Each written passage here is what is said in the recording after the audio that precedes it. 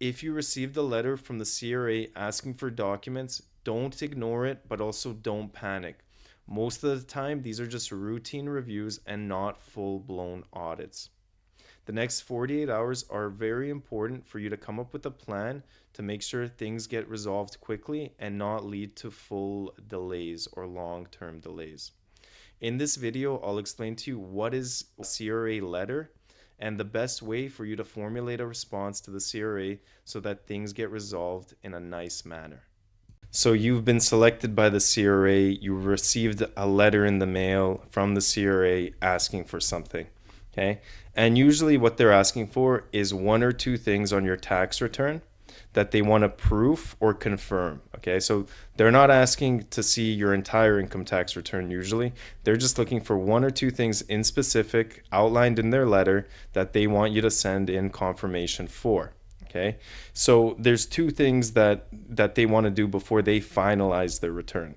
They want you to confirm, and then they'll take a look, process it, and then come up with a decision. Okay, so for you, the best thing to do is to take a look into the letter, see what it is that they are asking for, and then find the right proof or receipt or whatever it is to send to them so that you don't create another headache or have issues with them further on. Okay, so here on the CRA website, you can see they have how tax returns are selected. So again, it's based off of also randomness as well as some possibility of not obligating to taxes. So if you have any red flags in their system, they can flag you for a review.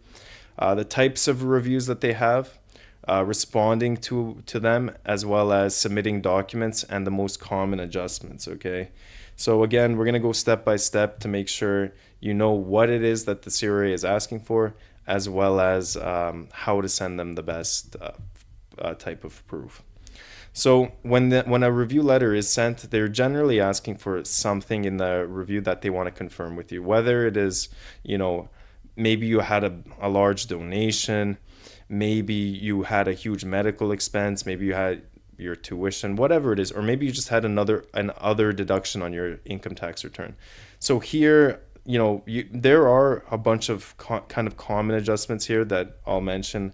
It's medical, tuition, donation, childcare, moving expenses, home office expenses. All of those are common, but you can see here on the website they actually have a page dedicated to exactly what it is that spark a review, the most common ones. So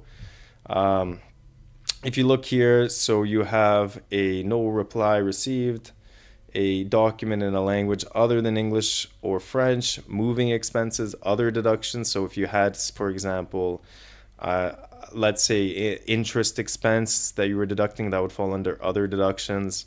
Northern residence deduction, amount for an eligible dependent, tuition fees, tuition education, medical expenses, non-business income tax paid to a foreign country, property tax or rent paid in Ontario. So these are the most common ones. You can go down through them, and if you click through it, it'll actually explain more in detail for each specific one. Again, these are just the most common reviews that they have. A lot of the times that you also see medical or donation. That wasn't mentioned here, or the donation one wasn't mentioned here. So yes, if you have a review, it'll probably for one of these common adjustments. Okay, these are the red flags that they're looking for. And so let's say you received the letter in the mail, you receive it, you open it, you see it's from the CRA. In general, you will receive the letter first before they contact you by phone number, okay? So the thing is here, where some people actually have problems, is through phishing or scams, where people will call and pretend they're going to be the CRA agent or whatever. So in general, you will get a letter in the mail before you receive a phone call from CRA. And if you do receive a phone call from CRA, it will be an assigned agent. Okay, so it'll be an assigned agent who is looking over after, let's say, your case number. Okay, your review, your letter, whatever. They have it assigned, and they're the ones that need to close it based on the proof that you get. So the first thing you need to do is when you get the letter, you need to open the letter, look at the date the letter was sent and the date in which they're asking for you to send back. Okay, so each letter has a date. Usually it's 30 days after you receive the letter, or 60 days after, or it'll just be a deadline. Now, if you have some time where you're having difficulty, perhaps you're on a trip, you're out of the country, or you just need more time to get a proper response to them in order. Let's say you might need an accountant, or you have to look through a bunch of receipts. You can call the CRA agent that is assigned to you and ask them for an extension. So that's a very common practice, where you call them, you ask them, and they generally will give you a month or two, or whatever that time frame that you're asking for. They're quite generous with that. Of course, that doesn't mean you'll ignore the letter up until that point. That just means that there's some goodwill on their end, that they understand that it may not be the best time for you right now, and they'll give you some more time for you to get back to them. So the first thing is finding exactly the date that it's due. The second thing is finding what is it that they want you to send in. Okay, very important that you send in the correct thing. They don't want your whole life story. They just want to know whether if you have a donation credit. Let's say you inputted a donation into your tax return. They just want to see the receipt for that. Okay, so making sure that you understand they're not looking at your entire income tax return. They're looking for just the donation tax credit that you deducted. So they want to know that you can actually, that this donation is real and not fake. So they need an official receipt for you to send in. So if it's before, let's say the letter was mailed in and you were just away for, let's call it, half a year. You were out of the country. You had a huge vacation plan. Then there's a likelihood that they actually assessed the return. They came with a decision before you replied. In which case, you'll have to call them, see whether there's a notice of reassessment, and if you have some taxes due. So again, if that is the case, they will send you another letter in the mail with a notice of reassessment saying they rejected your donation tax credit, and that you'll now have a tax amount that is due with a penalty and interest. So of course, you don't want to go through that. Again, the best way of communicating with them, making sure that you have your CRA My Account. If you have your CRA My Account, then you'll be able to submit your documents online. Okay, if you have your CRA My Account, you can also have your email. So what's very easy here is when you have a CRA My Account, you can submit the documents online with your case number. So you'll just input the case letter number into where you can submit the document, and then you can have the attachment there, and then you can just call them and be like, hey, I submitted the documents. I don't want to mail it. It's online. Can you take a look and see if you received it? Which is very good. So one of the common mistakes that people make here is that they overshare. So perhaps they're sending a million documents, or maybe they're not submitting the correct document. So for example, one here would be like if you submitted an Excel document or spreadsheet. They're not going to accept that as proof. They want legit official receipts. They don't want just an Excel document showing all the donations that you have. No, you have to show them a pretty much photograph or photocopy the list of all the donations, or the PDFs, depending on how you received it, but sending it in like that. Okay, so that's a huge mistake that people have. They either overshare or they don't send in the right thing, which is honestly not a very good way of dealing with the CRA. You want to send in the correct thing. Okay, so the best way to create a package, again, is you'll want create a cover letter with your name, your tax year, the letter ID stating you are submitting proof of whatever they're asking for in the cover letter, and then attached in your cover letter you're going to say, this is the donation that I have, this is the official receipt, and you'll say, this is the donation receipt from, I don't know, let's call it Red Cross for $10,000.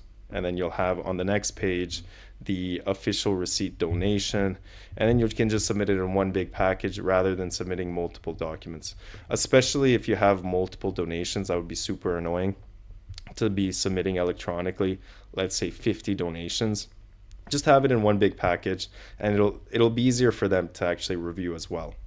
What often people also do is they'll submit an Excel document spreadsheet with that attachment, just so that they can see that on your Excel you've totaled all your donations, like your income, like in your income tax return, and then it goes one through one. Page one, page two, page three, and you can see in the official receipts donations that you submit. So again, if we're looking at the correct proof, if we're looking at donations, it's the official donation receipt. If we're looking at tuition, it's the official tuition slip. If we're looking at medical, this will be the official prescription or the official receipt that you receive for whatever that medical expense is, whether it's dental or perhaps it's you needed a nurse, anything like that. You're going to need the official document. So credit card statements is not an official one. Even if it's a credit card statement, and it says Red Cross on it, that will not be accepted yet. Okay. And so what happens after you submit? So let's say you submitted your document here, and so here you can see actually on the responding to us page, you can see that they'll contact you with the representative by telephone or in writing, and then you can submit your document through My Online Assessment. And then what happens after you submit your information after review? So once you submit your document online, then you will have to wait. You can call them if you have an agent. So it depends. Generally an agent will be assigned to you. You call them, you can ask them, hey, did you receive my official document? And then they'll get back to you. And what generally happens is a decision will be formed. Once they receive all your documents, they'll take some time to look into what it is that was flagged, and then confirm. If it's confirmed, there will be no change. Okay, so you'll generally get a notice of assessment. If there is a change and they don't agree with you, or there's an issue, they will likely contact you about that. But if not, and they come up with a decision, then it'll be a notice of reassessment, in which case in your notice of reassessment you'll see exactly what changed in the return, what you owe, the penalties and interest. And then after that it gets a little bit complicated. You perhaps could try and call them, but you'll most likely need to file an objection to get that claim overturned. But yeah, once a notice of reassessment happens, that's generally, it's complete at that point, just as well as if you get a notice of assessment here. Okay, so again, if we're just to summarize, wrap up what the CRA letter means to you, you shouldn't freak out. These are very common. You can see the common adjustments here. It doesn't mean you've done anything wrong. It's just you just got flagged and they want to confirm something with you. Remember to respond before the deadline. Make sure that you look at when the deadline is, when they sent you the mail. Look at the agent that is assigned to your case, their phone number. You can give them a call. They're quite open to that. Make sure that once you have everything that you need, all the receipts, create one big package with the cover letter, send it in, submit it online through My CRA account, and then once you submit it, you can give them a call, let them know, and then wait for the notice of assessment or notice of reassessment based on what their final decision is. So again, if you are looking to complete your income tax return yourself, I would recommend using Wealth Simple Tax. That is the tax software that I use when completing my tax return. I find that it is the most user-friendly. You can take a look in the link in the description. If you fund your account, we both get $25, so that's really great. And I think Wealth Simple Tax is still the #1 tax software in Canada in terms of user-friendliness. And yeah, so again, remember, if you like the content and if this helped, subscribe for practical Canadian tax guidance. Let me know if you have any questions. Just comment below. Keep it general. Don't share personal details, of course. And again, this is general information for Canadian taxpayers. This is not personalized tax advice.